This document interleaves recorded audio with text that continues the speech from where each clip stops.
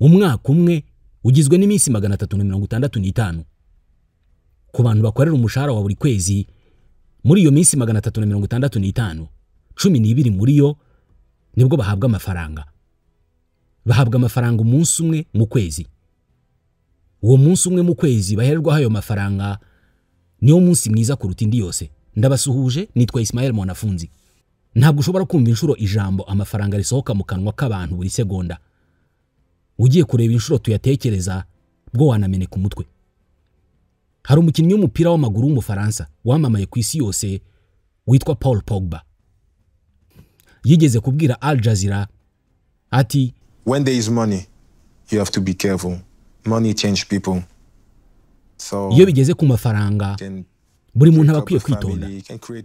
Amafaranga ahindura abantu by'umwihariko iyo bayabonye ari menshi.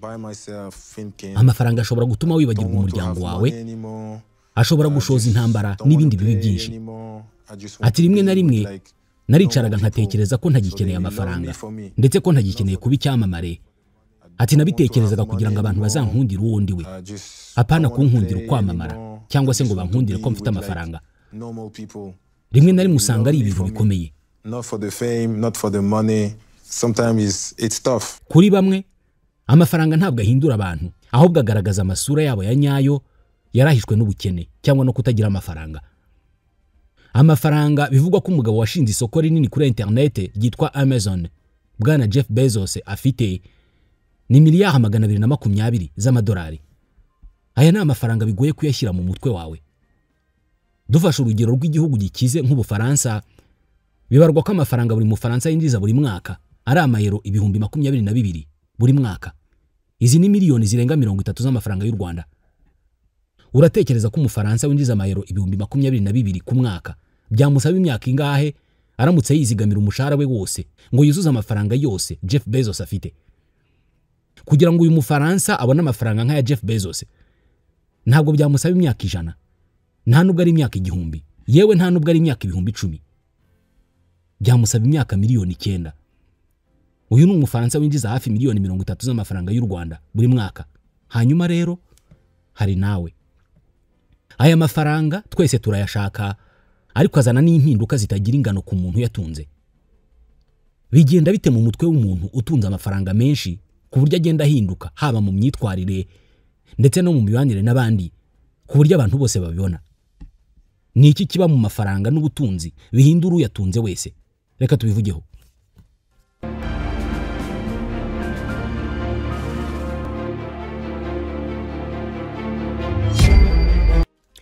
Waba ufite amafaranga cyangwa se warayabuze, hari ikintu kimwe cy'ukuri: amafaranga ntabwo ajya kure y'ibitekerezo byacu. Ufashe urugero ku matora ya perezida wa Leta Zunze Ubumwe za Amerika, yaba yo mu 2016, ayabaye mu 2020 n'ayabaye mu 2024.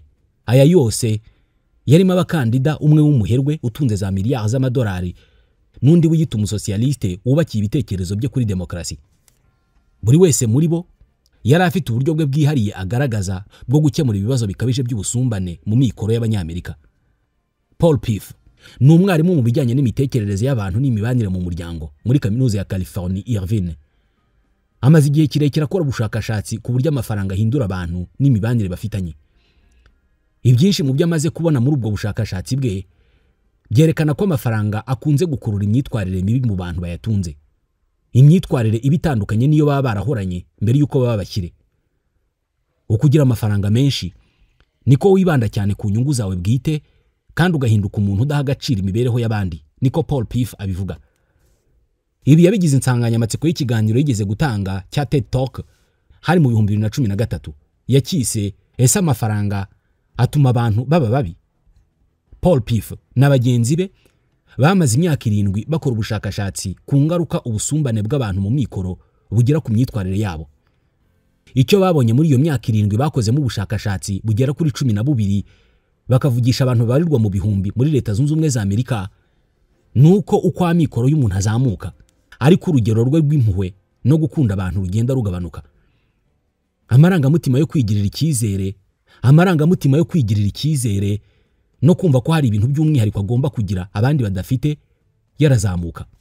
Iyo amategeko avuga ko abantu bose bagomba gutonda umurongo bagategereza ko bagerwaho ngo bahabwe serivisi runaka. Iyo hageze umuntu ufite amafaranga cyangwa se w'umukire, we yumva atagomba gutonda uwo murongo cyangwa se gutegereza. We yumva hari ibyo bamugomba, birimo no kuba agomba kujya imbere y'abandi. Guharanira inyungu ze imbere y'iz'abandi birazamuka. Uko amafaranga azamuka niko iyi myumvire nayo izamuka.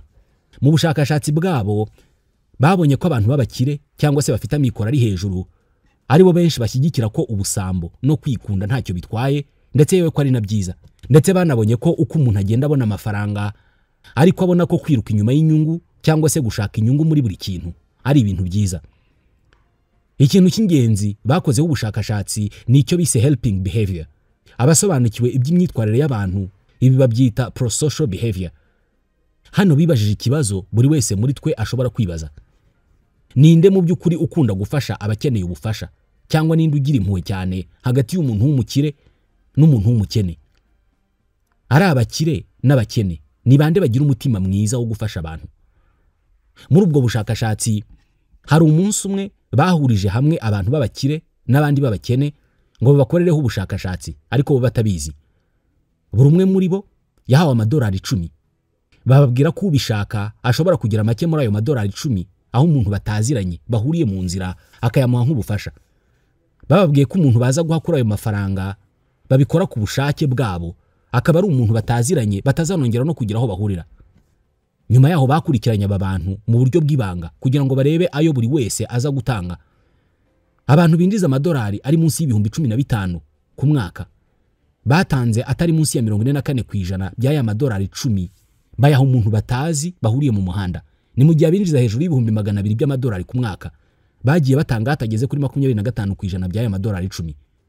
Bivuze ko uko umuntu agira amafaranga menshi ariko yifuza gusohora make, by'umwihariko mu kuyasohora ayaha abandi. Bagiye banashyira abantu mu cyumba kimwe, abakire n'abakene, bakabaha umukino ngo bakine nka dame cyangwa se undi mukino ukinishwa intoki, ubundi bakabakurikirana batabizi kugira ngo barebe abaza kwiba abari bo hagati y'abakire n'abakene. Babonye ko uko uba umukire ari nako urushaho gukora uko ushoboye kose, harimo no gukora amanyanga kugira ngo ugere ku ntego zawe. Hari naho babahurije mu cyumba, ndavuga abakire n'abakene, babahuriza mu cyumba kirimo bombo, bababwira ko izo bombo ari izo guha abana, bati ntimuzirye. Barangije bakurikirana umubare wa bombo buri wese muri bo ari bwibeho. Abakire bibye bombo zikubye inshuro 2 izibwe n'abakene. Banakoze undi mwitozo w'imodoka, bakurikirana imodoka zikunze kwica amategeko y'umuhanda. Barebye hagati y'imodoka nziza z'abakire zihenze ndetse n'imodoka zisanzwe izikunze kwima inzira abanyamaguru. Basanze abatwara imodoka z'abakire aribo bakunze kwima inzira abanyamaguru. Babonye ko uko imodoka izamuka mu gaciro ariko na nyirayo yongera ikigero cye cyo kwica amategeko y'umuhanda. Banakoze ubushakashatsi busa n'ubu bwagaragaje ko abantu b'amikoro ari hejuru babiteguye kubeshya kugira ngo bagere ku nyungu zabo kurusha ab'amikoro make cyangwa se amikoro aciriritse. Icyo barebye ni ukubeshya, nko kubeshya abakiriya, kwakira cyangwa gutanga ruswa n'ibindi nk'ibyo. Paul Piff agaragaza ko ubu bushakashatsi bwabo butavuze ko abakire ari bo bonyine bagira imyitwarire nk'iyi cyangwa se ko ibi byose bikorwa n'abakire bose, ahubwo agaragaza ko twese buri munsi tuba mu ntambara mu mitima yacu, intambara zo kumenya igihe tugomba cyangwa se tutagomba gushyirira imbere inyungu zacu twirengagije iz'abandi. Muri ubu bushakashatsi bagaragaje ko impamvu uko umuntu agenda abona amafaranga ariko ikigero cye cyo kuba umuntu mwiza kigenda kigabanuka, ngo nuko iyo uri umukire umutekano wawe urazamuka. Utangira kwiyumva ko nta kibi cyiteguye kukubaho kubera ko buri cyose wakigura. Abakene bahora batekereza ko ejo ibintu bishobora gucika. Babaho ubuzima bubi, ibituma amarangamutima yo gufasha yiyongera bitewe n'uko imibiri yabo izi neza ko bazakenera ubufasha vuba ahangaha, bityo bakifuza gufasha abandi kubera ko imibiri yabo ibabwira ngo fasha uriya muntu, nta wamenye nawe ejo ni wowe. Abakire bo bumva batekanye cyane ku buryo ubwo bufasha adatekereza ko azabukenera vubaho. Ku Banyamerika ibi birumvikana cyane. Igitekerezo iki gihugu cyubakiyeho cyitwa American Dream ni igitekerezo cy'uko Abanyamerika bose bafite uburenganzira bungana bwo gukira, bapfa kubishingira gusa ku gukora cyane. Ibi ubwabyo byumvikanisha ko buri muntu hari ahantu agomba gushyira imbere inyungu ze imbere y'iz'abandi zose. Gusa icyo babonye hano nuko uko umuntu aba umukire cyangwa se uko ubutunzi bwawe buzamuka niko n'ubushake bwo kubwongera nabwo bugenda buzamuka. Inzira byanyuramo yose niyo yaba yo gukandagira abandi. Ese amafaranga ahindura umuntu? Birasa naho iki ari ikibazo abantu bafiteho ibitekerezo bitandukanye. Hari igice kimwe cy'abantu kivuga ngo yego rwose amafaranga ahindura abantu. Wari umukene iyo abonye amafaranga ahinduka umuntu mushya mu myitwarire no mu mibanire n'abandi. Hari n'abatanga ingero zirenze rumwe bakagaragaza uburyo buri muntu bazi wagize amahirwe yo kubona amafaranga make gusa yahise ahinduka burundu. Imico ye, imyitwarire byose byarahindutse. Benshi bahuriza ku kuba abo bantu baratangiye kugira umutima mubi. Ariko hari n'abandi bavuga ngo oya, amafaranga ntabwo ahindura umuntu, ahubwo amafaranga agaragaza uwo umuntu ari we koko mu by'ukuri, ariko akaba atarabigaragazaga kubera mikoro make. Gusa ibi byombi ntabwo ari ibisubizo bihagije, kubera ko ntabwo bigaragaza ikibazo nyirizina. Niyo mpamvu ari ngombwa kurebera iki kibazo mu ndorerwamo y'icyo amafaranga ubwayo ari cyo. Ni icyo umuntu akora kugira ngo abone amafaranga. Iyo amaze kuyabona ubwo niki gihinduka mu mibereho ye. Icya mbere ni ngombwa kureba amafaranga nk'igikoresho cyo kuzamura ubushobozi. Ni ngombwa kandi kureba itandukaniro riri hagati y'amafaranga meza n'amafaranga mabi, kubera ko iki ni ikibazo kigizwe n'impande nyinshi zitandukanye. Reka tubanze tuvuge ku mafaranga nk'igikoresho cyo kuzamura ubushobozi. Hano birasaba gusubira inyuma cyane mu myaka.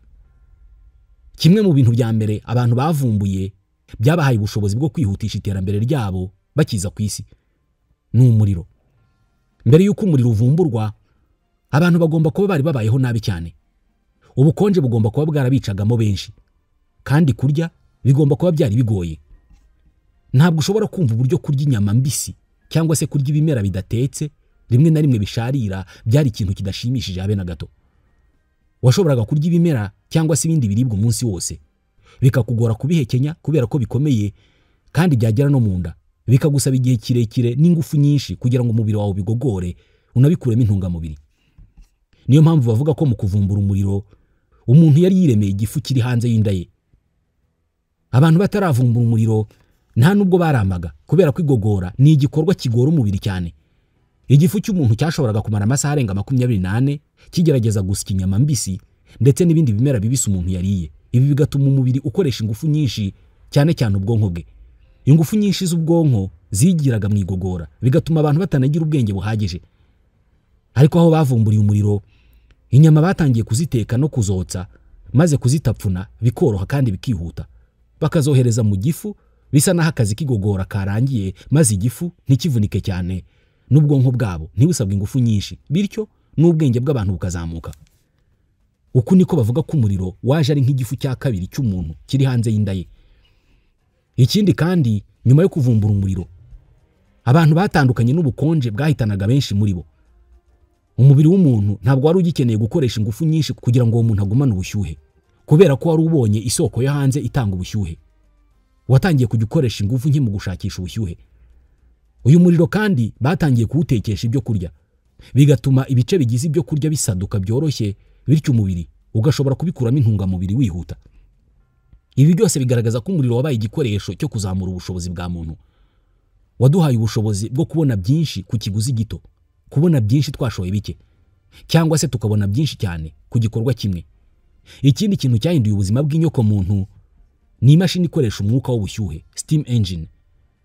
Nyuma yo kuvumbura iyi mashini, wakwita sekuruza wa gari ya moshi n'ibindi binyabiziga, uwashakaga kuva ahantu hamwe ajya ahandi cyangwa se kwimura ibintu abikora hariho hose mu gihugu hagati cyangwa se muri leta runaka, washoboraga kubikora utabizi icyuya nka mbere.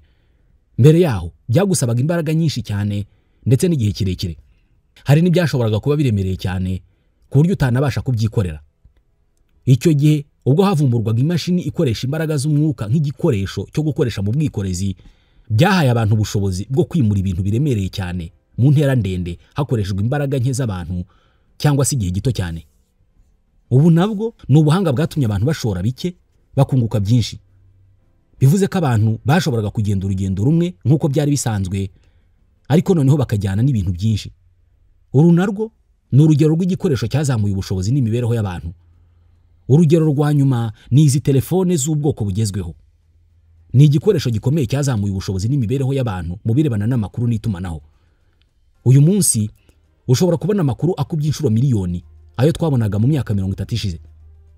Mu myaka 30 ishize umuntu w'umuhanga kandi w'umunyamwete n'umunyabwenge ufite ubushake n'ubushobozi bwo gusoma ibitabo, amakuru n'ubumenyi yashoboraga kubona mu kwezi, uyu munsi wowe ushobora kuyabona mu munsi umwe bitanagusabye ingufu nk'izo byamusabaga. Ka mudasobwa gato ugendana mu mufuko karimo ubumenyi bw'isi yose, no gukanda kabuto kamwe cyangwa se gushakisha kuri Google, amakuru n'ubumenyi bikisukiranya mu masegonda 30 yonyine. Itumanaho naryo nuko, mu gihe mbere wakoraga urugendo rw'ibirometero rushobora gutwara umunsi wose ukajya aho umuntu ari kumutumira ngo azagutahira ubukwe, ubu ngubu ushobora kuvugana n'umuntu uwo ari we wese cyangwa se n'abantu benshi icyarimwe mu buryo bworoshye cyane, bwihuse kandi butaguhenze. Uku niko amagana y'ibihumbi barimo kunyumva kano kanya icyarimwe kandi bari mu bihugu bitandukanye by'isi. Maze umwanya mvuga ko ibi bikoresho ari byo kuzamura cyangwa se kongera ubushobozi bwa muntu. Ni ibikoresho byongerera umuntu ubushobozi kubera ko bituma umuntu ashora bike cyangwa se asohora bike ariko akinjiza byinshi. Nk'ubu nkuye telefoni mu mufuko nkatangira kuyikandakandaho, binsaba ingufu nke cyane, ariko amakuru mbona ni menshi cyane ugereranije n'ingufu nkoresheje mu kuyashaka. Mu gukura telefoni mu mufuko gusa mba nkoze ibintu byagombaga gutuma nkora urugendo ngiye gushaka aho kubariza cyangwa se ngiye gutanga ubutumwa runaka. Hano rero ikibazo nyamukuru ni iki: ese amafaranga ni igikoresho? Ese amafaranga ari mu cyiciro cy'ibintu byongera ubushobozi bw'ibikorwa by'umuntu n'ubushobozi bwa muntu by'umwihariko? Kimwe mu bigize amafaranga ni uko ari ububiko bw'agaciro, store of value. Ni ukuvuga ubutunzi bubika agaciro kabwo ndetse kakagenda kazamuka uko igihe gishira. Ubu hari uburyo bwiza bwo kubika agaciro, aya ni amafaranga meza. Hakaba n'uburyo bubi bwo kubika agaciro, ibi babyita amafaranga mabi. Kimwe mu by'amafaranga akora ni ukubika agaciro k'ubutunzi bwawe. Aya mafaranga ubwayo si ubukire ubwabwo, ahubwo ni igikoresho kibika agaciro k'ubwo bukire.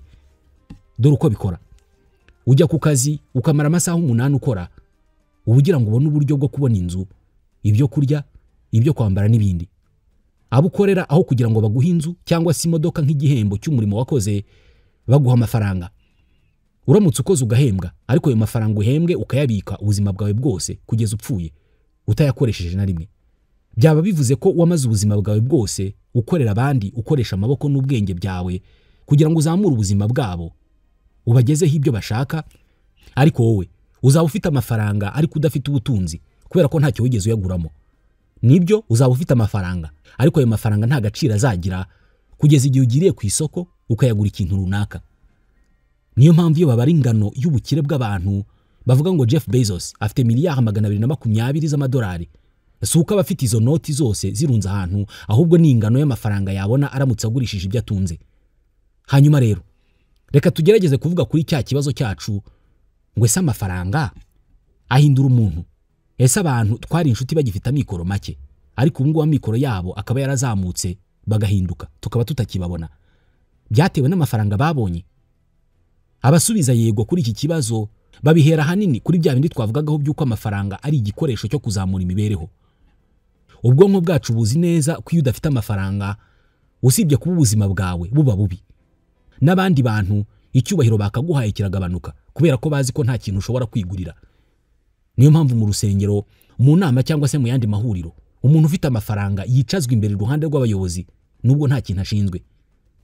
Umujene w'umukire ahabwa icyubahiro cyinshi kurusha umusaza cyangwa umukecuru ufite amikoro make. Ingano y'amafaranga winjiza ndetse n'ibyo utunze bigira ikintu bihindura gikomeye ku buzima bwo mu mutwe bwawe, cyane cyane iyo wigeranije n'abandi bantu uzi cyangwa se utazi. Ibi byose turabizi, kandi bishobora kugira ingaruka zikomeye ku buzima bwo mu mutwe by'umwihariko bw'abagabo. Hari inkuru ya BBC ivuga ibi ngibi. Umva iyi nteruro: byangiza cyangwa se bikomeretsa ishema ryawe ku rwego runaka iyo umugore wawe ari we winjiza amafaranga yose mukoresha mu rugo. Aya ni amagambo y'umugabo witwa Dave waganiriye n'ikinyamakuru BBC kubirebana n'uburyo kutagira amafaranga ku bagabo bitera ibibazo byo mu mutwe. Undi witwa Tom we yabwiye abakoraga ubwo bushakashatsi ati nge ndi umugabo, iyo mbwiye bagenzi banjye ko njya nsigara mu rugo bahita batangira kumfata nk'umunyantege nke cyangwa se umugabo utuzuye.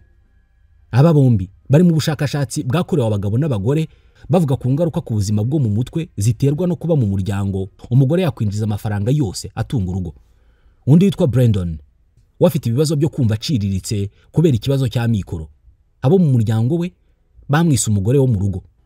Izi ni zimwe mu ngero eshatu z'uko abagabo batinjiza amafaranga menshi bashobora guhabwa isura mbi, cyane cyane iyo abagore babo aribo binjiza amafaranga menshi. Iyi ni inkuru ya BBC nkuko nabivugaga. Muri ubwo bushakashatsi abagabo babajijwe bavuze ko bumva baciriritse cyane cyane kubera imyumvire imaze igihe kirekire yuko ari abagabo bagomba gutunga ingo. Ariko uko imyaka igenda ishira, abagore benshi barushaho kurusha abagabo babo mu kwinjiza amafaranga, kandi zamuka buhoro buhoro ry'imibereho mishya rirerekana ko uwinjiza amafaranga mu rugo agira uruhare rukomeye kandi ruhoraho mu gushyiraho imipaka y'ububasha mu rugo ndetse no muri sosiyete muri rusange. Impamvu nyamukuru itumiza impinduka mu miryango zigira ingaruka zikomeye nuko amafaranga ahuzwa cyane n'ububasha. Iyo umugabo atari we winjiza menshi mu rugo ariko agakomeza kwitegwaho ko ari we wakabaye winjiza menshi, bishobora gutuma yumva nta gaciro afite, bikangiza ubuzima bwe bwo mu mutwe ndetse bikongera ibyago byo kugirana ibibazo n'abo mu rugo. Muri rusange nk'uko iyi nkuru bivuga, abagabo barakinjiza amafaranga menshi kurusha abagore, kandi mu bashakanye bafite abana, abagore nibo bakora imirimo yo kurera no gusukura urugo kurusha abagabo. Ni icyuho gikomeye kandi gihoraho hirya no hino ku isi. Ibi biterwa n'imyumvire ishingiye ku gitsina, ariko rimwe na rimwe binaterwa n'impamvu z'ubukungu, aho usanga uwinjiza menshi mu rugo ari uhabwa amahirwe yo gukomeza akazi ke, bigatuma abagore bamenyereweho gukora imirimo yo mu rugo baharirwa indi mirimo yose iciriritse, idahoraho cyangwa se idasaba igihe kinini. Nubwo abagore batunze ingo bagenda biyongera, imyumvire ku mirimo ihemberwa n'iyo mu rugo ntabwo irahinduka bihagije. Niyo umugore ari we winjiza menshi, akenshi ujya ukora imirimo myinshi yo mu rugo no kurera abana kurusha umugabo utinjiza byinshi. Ibi bihuzwa n'amafaranga. Ubusanzwe muri sosiyete nyinshi cyangwa se mu miryango migari myinshi, umugabo afatwa nk'umutware cyangwa se umuyobozi w'urugo. Gusa iyo adafite amafaranga, ibi byiswe ihame kamere by'uko ari umutware w'urugo bihita bigabanukaho ikintu. Iyi ni indi ngingo ishimangira ko amafaranga ahindura abantu ndetse ahindura imitekerereze y'abantu. Abagabo benshi baracyagaragaza kutanyurwa iyo batinjiza amafaranga menshi kurusha abagore babo. Ubushakashatsi bugenda bwiyongera bugaragaza ko iyo umugabo atinjiza menshi kurusha umugore ngo bishobora kugira ingaruka ku cyizere yigirira no ku munezero we. Gusa iyi ni imyumvire nanone igenda ihinduka bitewe n'aho isigana.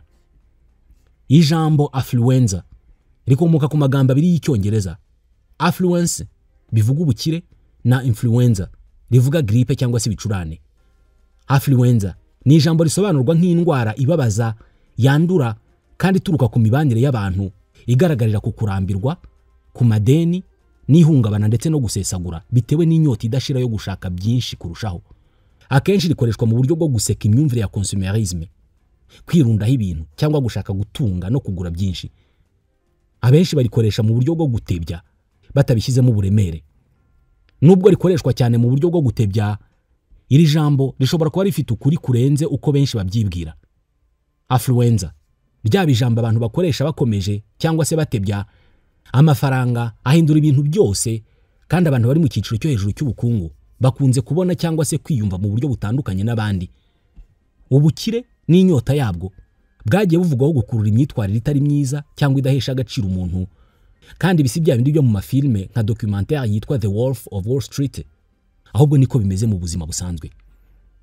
Hari abahanga mu by'imitekerereze biga ku ngaruka z'ubukire n'ubusumbane ku myitwarire y'abantu. Bagaragaje ko amafaranga ashobora kugira uruhare rukomeye mu bitekerezo no mu bikorwa byacu, kandi rimwe na rimwe tutanabizi cyangwa se tutabyitayeho, nubwo inzego zacu mu bukungu zaba zitandukanye. Nubwo ubukire bushobora kuba igitekerezo kiremereye cyangwa gihinduka bitewe n'uko umuntu abyumva, ubushakashatsi bwinshi bw'iki gihe bupima ubukire hakoreshejwe ibipimo bijyanye n'umushahara, imirimo umuntu akora cyangwa ibindi biranga urwego rw'ubukungu, nko kuba yarize cyangwa afite imitungo iva ku babyeyi. Hari ibintu bike bivugwa ku bijyanye n'imitekerereze y'abantu nuko amafaranga n'ubukire bigira ingaruka ku bantu. Ibyo bintu cyangwa se izo ngingo nuko byemezwa ko uko umuntu agira amafaranga menshi ariko igipimo cy'impuhwe n'ubugwaneza yagiraga bigabanuka. Ubushakashatsi bwinshi bwerekanye ko ubukire budakorana n'impuhwe cyangwa se imbabazi. Bumwe muri ubwo bushakashatsi bwasohotse mu kinyamakuru Psychological Science bwagaragaje ko abantu bafite ubushobozi buke mu bukungu bashobora gusoma no kumva amarangamutima y'abandi binyuze mu maso yabo kurusha bari ku rwego rwo hejuru mu mibereho. Michael Krauss numwe mu banditse ubwo bushakashatsi yabwiye Time ko hari imiterere rusange y'uko abantu bo mu rwego rwo hasi bagira impuhwe cyane kurushaho mu rwego rwo hejuru mu mikoro. Yakomeje avuga ko uko ubuzima bwo hasi buteye butuma umuntu ahora yiteguye guhura n'ibibazo cyangwa se ibyago bitunguranye kugira ngo abashe kugira uko abyitwaramo. Abakeneye kumenya ibimenyetso by'amarangamutima y'abandi, bityo bigatuma amenya no kumva amarangamutima y'undi vuba. Ikindi nuko abamikoro make kubera ko bahora mu bibazo bahora batekereza ko bazakenera ubufasha uko byagenda kose, bityo nabo bumva ko bagomba gufasha abandi kugira ngo nabo bazafashwe. Ikintu cya kabiri kigaragaza uguhinduka ko abantu bitewe nuko babonye amafaranga nuko ubukire bushobora kujyana n'ubuzererezi no kwishora mu biyobyabwenge. Nubwo amafaranga ubwayo atari yateza ubuzererezi cyangwa se ikoreshwa ry'ibiyobyabwenge, hari ubushakashatsi bugaragaza ko abantu bafite ubukire bashobora kugira ibyago byinshi byo kugwa muri ibyo bibazo.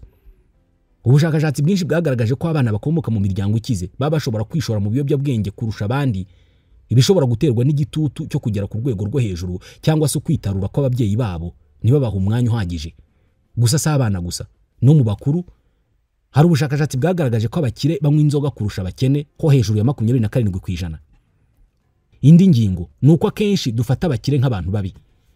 Ku rundi ruhande, abantu bafite ubushobozi buke bakunze kugira imyumvire y'ivangura ku bakire, babafata nk'abantu b'imitima mibi. Nubwo nanone abakene nabo bagirwaho ingaruka n'imyumvire igayitse ya societe ibambika ubusembwa. Abakire kenshi bahura n'ibibazo bishingiye ku kugirirwa ishyari no kutizerwa, ku buryo hari abantu bamwe bashobora no kunezerwa babonye abakire baguye mu bibazo, nk'uko Scientific American ibigaragaza. Ubushakashatsi bwakozwe na kaminuza ya Pennsylvania bwitwa Is Profit Evil? Associations of Profit with Social Harm. Ese inyungu nimbi, uburyo inyungu zihuzwa n'ibibi byose mu muryango mugari. N'ubushakashatsi bwerekanye ko abantu benshi bahuza inyungu z'ibigo bikomeye by'ubucuruzi n'ibikorwa byangiza societe. Izi zose ni ingingo zishingirwaho n'abantu bemeza ko umuntu ugize ubukire cyangwa se ubutunzi, imyumvire ye n'imyitwarire ye ihita ihinduka burundu, ibituma benshi bahuza ubukire n'ikibi. Nshuti bakunze mwadukurikiye, tubashimiye ko mudasiba kubana natwe. Iki ni ikiganiro Waruziko. Nitwa Ismael Mwanafunzi. Ndabashimiye.